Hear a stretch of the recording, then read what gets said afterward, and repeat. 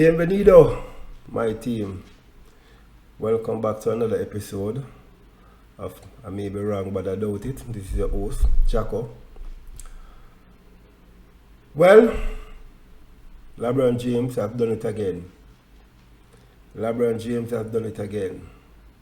There are several things in life with a certainty.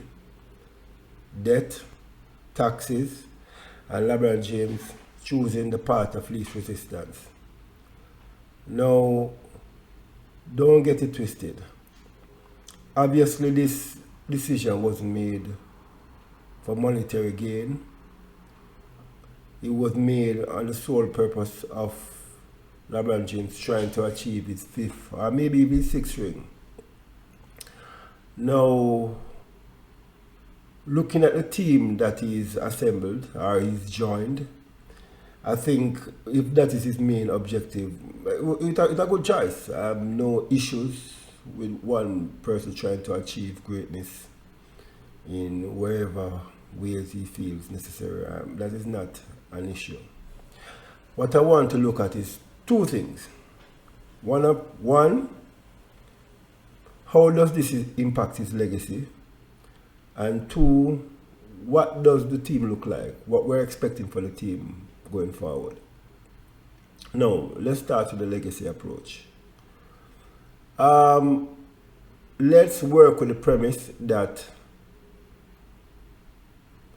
the season went well. LeBron James won his fifth, or even his sixth ring. What does that do for his legacy? I really don't think it does much. Why? There's two camps. One who thinks he's a GOAT, one who don't think he's a GOAT. Now, if he wins the ring, the people who already think he's a GOAT, nothing changes. What is he? Going to get GOATier? No, so nothing really changes. No. For people like myself who really don't think he's nowhere near the GOAT, we're going to look at it objectively. So, the pro, if he wins, LeBron James will win in on his fourth team, which is a good thing. The con is that he's yet on another stacked team. When we look at LeBron James' resume, we're going to realize that LeBron James has played with the most all-star players in this particular era. Every impactful player LeBron James has played with at some point in his or their career. Will that impact his legacy? Again, depends on how you look at it. Now, another pro is that he's winning a ring in his 40s. And that's a good thing. However, another way to look at it is almost like achieving a 3-year degree in 10 years. Yes, you finally get the degree. Family and friends will wish you well and smile and say congrats. But for the average person, they were going to say, really? 10 years? That seems a little bit long. Yeah. So, as I say, if he wins, I don't really think it changes legacy much.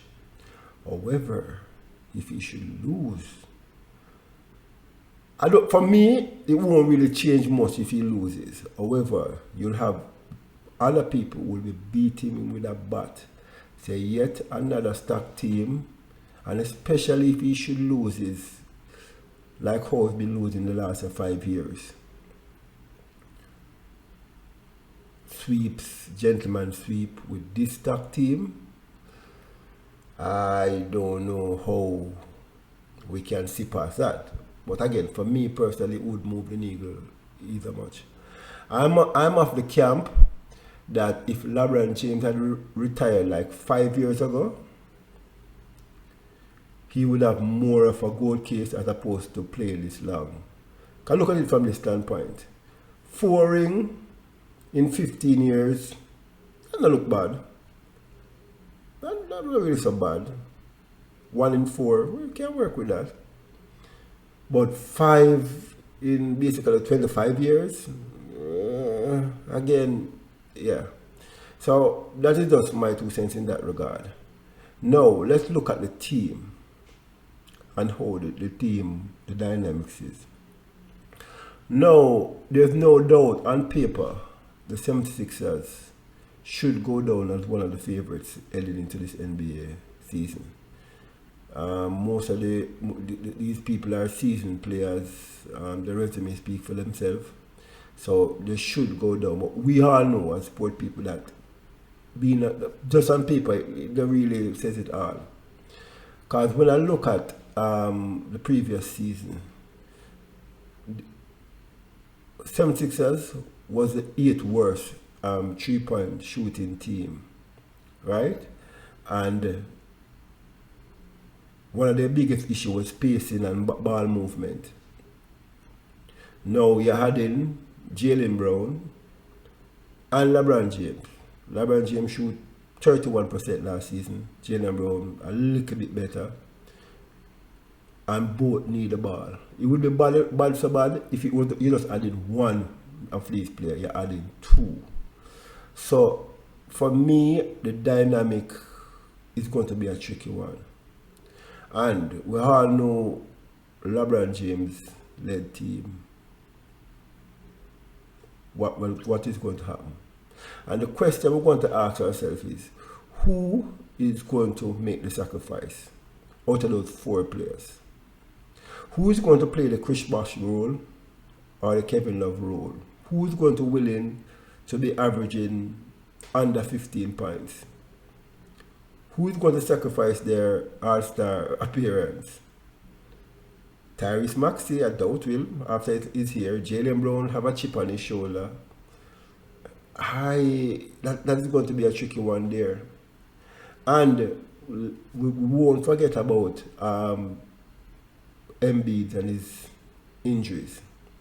It won't impact the team so much in the regular season because I think they can work with that. However, when it comes down to the playoffs, no, that is going to be an issue because we can't afford to have players coming in, coming out. And again, with the dynamics so rocky as it is, I foresee a problem. And again, with a LeBron James team, if we don't start the season on at least a 20-5 record, who is going to play the Russell Westbrook role or the overweight Luka? Because we all know somebody's going to have to be blamed. Somebody's going to have to be blamed, and it definitely won't be LeBron James. So who is going to willing to be the media punching bag? Who is going to be to show all his mishaps and who is going to take that responsibility? With a team with a lot of alpha on it. Again, and God go with the coach. Because you know what happened to Darvin Ham. I can give a list of all the coaches.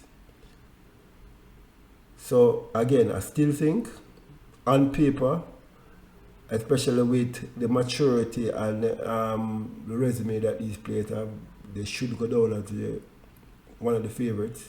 And with the NBA, what it is right now, there's no clear outliers.